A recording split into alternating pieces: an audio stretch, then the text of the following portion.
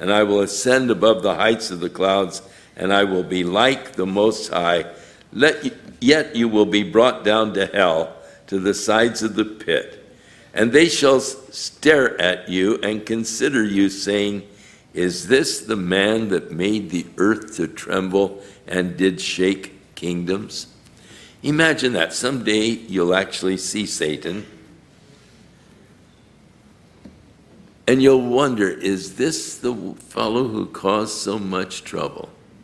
Caused me so much trouble and anguish and all. In Ezekiel, the Lord said he would lay him before the kings that they may behold him. Here in Isaiah, we are told that we will stare at him and say, is this the man that caused the earth to tremble and shook nations? Now, in describing the cherubim, the likeness of their faces, they four had the face of a man, the face of a lion on the right side, and the face of an ox on the left side, and they four had also the face of an eagle. In the 18th verse of chapter 1, as for their rings, they were so high that they were dreadful, and their rings were full of eyes round about them. And their whole body and their backs and their hands and their wings in chapter 10, and the wheels were full of eyes all around, even wheels that the four had. In Revelation 4:6 here, in describing these in heaven, similar in a way to the cherubim and similar also to the seraphims, a slight difference in the description. Before the throne there was a sea of glass, like unto crystal, verse 6. In the midst of the throne, round about the throne, were the four living creatures, full of eyes before and behind, as they are described by Ezekiel. And the first was like a lion, the second was like a calf, and the third had the face of a man, and the fourth was like a flying eagle. And so John is seeing those creatures that Ezekiel saw and that Isaiah saw. In their descriptions, in Revelation, the face of a lion, the face of a calf, the face of a man, and the face of an eagle. In Ezekiel chapter 1, the face of a man, the face of a lion, the face of an ox, and the face of an eagle. In chapter 10, the face of a cherub, the face of a man, and a lion, and an eagle. So in all of them, the face of a lion, all of them a face of a man, all of them a face of an eagle, and then in one is an ox, the face of an ox, and that would be equivalent to the face of the calf in Revelation. Now, in these four faces, Bible scholars see the four Gospels are the revelation of Christ in the four Gospels. The face of a lion.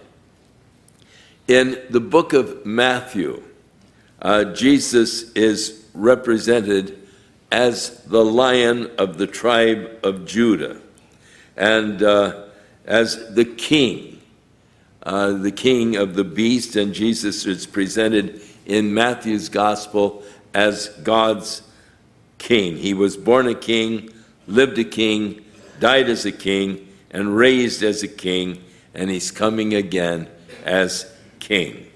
And so in Matthew's gospel, the aspect of Jesus as the king. In Mark's gospel, Jesus is represented as a servant. The ox was a beast of burden. It was the servant animal, and Mark gives us that servant aspect of the ministry of Christ. There's no genealogy given in Mark's gospel, but he presents Christ as the servant. In Luke's gospel, Jesus is presented as a man, and the humanity or the human side of Jesus is emphasized by Luke in his gospel. And of course, then you get into John's gospel, and the flying eagle, or the deity of Christ, is emphasized in John's gospel. In the beginning was the Word was with God, the Word was God. The same was in the beginning with God, and all things were made by him, and without him was not anything made that was made. So in the four Gospels, the four faces of Christ, they're in the Gospels. So he describes then the living creatures there in heaven that are about the throne of God. And they rest not day or night, saying, Holy, holy, holy, Lord God Almighty, which was and is to come. That is sort of describing the eternal nature of God. He is all three. He was, he is to come. And he is all of that at once. He is past, present, and future, all wrapped up in him. Now, it is interesting to note that when God ordered Moses to build the tabernacle in the wilderness, God commanded Moses to make it just according as God had told him. And in Hebrews chapter 8, we are told concerning the tabernacle that was made in the wilderness was a model of heaven. It gave you an idea of what heaven was like. Hebrews 8:5, who serve unto the example and shadow of heavenly things, as Moses was admonished of God when he was about to make the tabernacle, see that you make all of the things according to the pattern that was shown to you. And in Hebrews 9:24, for Christ is not entered into the holy places that were made with hands, that is the earthly temple, which were the figures of that which is true, or the model, but into heaven itself, now to appear in the presence of God for us. So that when they made the tabernacle, there in Exodus 25:19, describing it, there in the Holy of Holies, which represented the very presence of God, there was the mercy seat, and above the mercy seat covered the Ark of the Covenant, in which were the 10 Commandments and the rod of Aaron that had budded. And above, or the lid over the Ark of the Covenant, was called the mercy seat, and there above the mercy seat were carved 2 golden cherubim with their wings touching each other, and the other outer wings touching the walls of the inner court, or the Holy of Holies. And so,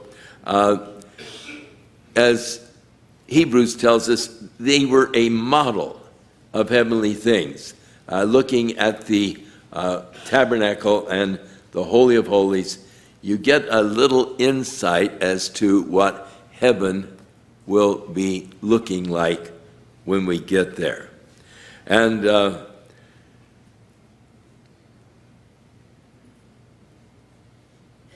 we are told in Exodus 25:19, make one cherub on one end and the other cherub on the other end, even of the mercy seat shall you make the cherubim on the 2 ends thereof.